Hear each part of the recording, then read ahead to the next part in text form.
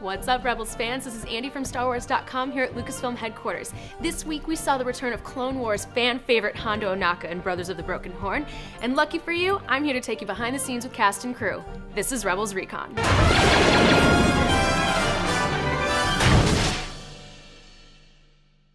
Left alone to cleaning duty, Chopper and Ezra investigate a distress call from Vizago's ship, but a new face has taken over the helm. I am Hondo Ohnaka, proud owner of this fine but currently inoperative vessel. Hondo attempts to recruit Ezra as his partner, but when the deal goes awry, Chopper steps in to save the day. Back on the Broken Horn, Ezra discovers Vizago held captive and assists him in getting his ship back, only to have the Ghost crew discover what he was really up to during his chores. I used to be like Hondo, out for myself and alone. But that's not who I am anymore. With the return of Hondo this week, we're getting a glimpse into the underground occupants found in Rebels. I sat down with Dave and Pablo to talk about this dark and seedy corner of the galaxy and what it was like bringing our favorite pirate back to life. Check it out. Hondo returns in Brothers of the Broken Horn.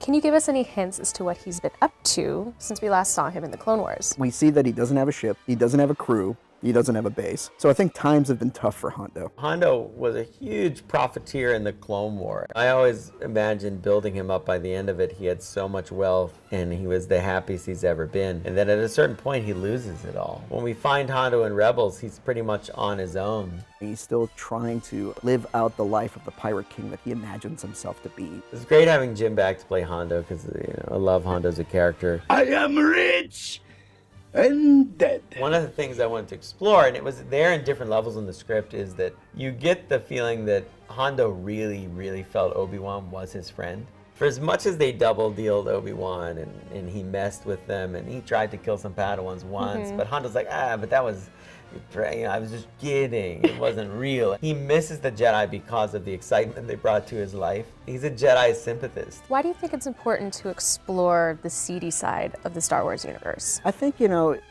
shades of gray in terms of Star Wars, like the morality of the characters is always fascinating. People were attracted to Han because he wasn't a clear-cut good guy. With the underworld, you can be more extreme and exaggerated, and there's always this quirky side to the films where you're in Jabba's palace or a cantina or Dex's diner where you're just like, I didn't even imagine this as part of the universe. They have big personalities that can kind of match your heroes. They can be a little more in the gray area. They can do some good things and some terrible things. Ezra started off on that track.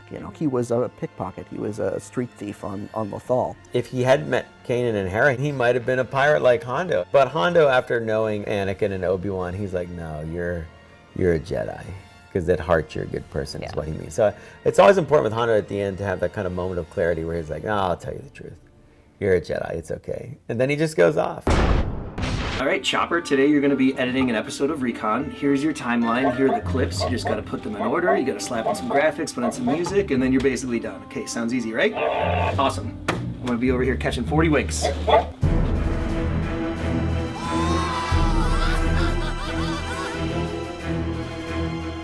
See what you got here. What is that? Comic Sans? What is that? What is this? Chopper. You know what's great about the Lucasfilm Story Group's Pablo Hidalgo? He's always just hanging around the office, ready to answer your questions. Will he be answering yours this week? Let's find out. Hey Pablo, got a second? Hey, I got a question for you. Alessio Pasquale wants to know, how did Sabine learn where the AT-AT's weak spot was?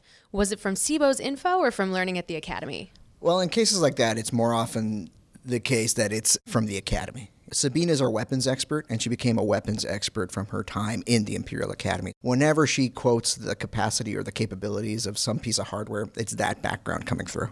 Fantastic. Have more questions about Brothers of the Broken Horn or anything you want to know about Star Wars Rebels?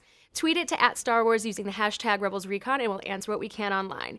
But before we go, check out this exclusive clip from our next episode, Wings of the Master.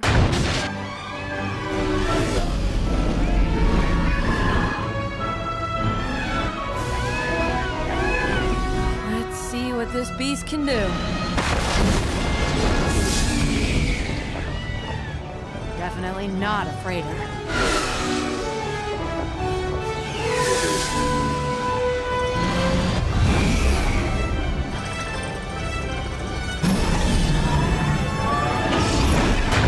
thanks for watching Rebels Recon. We'll be back with another brand new episode next week. But in the meantime, check out our episode guide for Brothers of the Broken Horn, only on StarWars.com.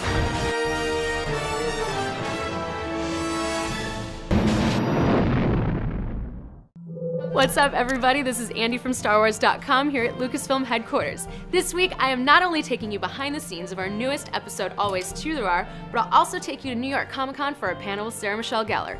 This is Rebels Recon.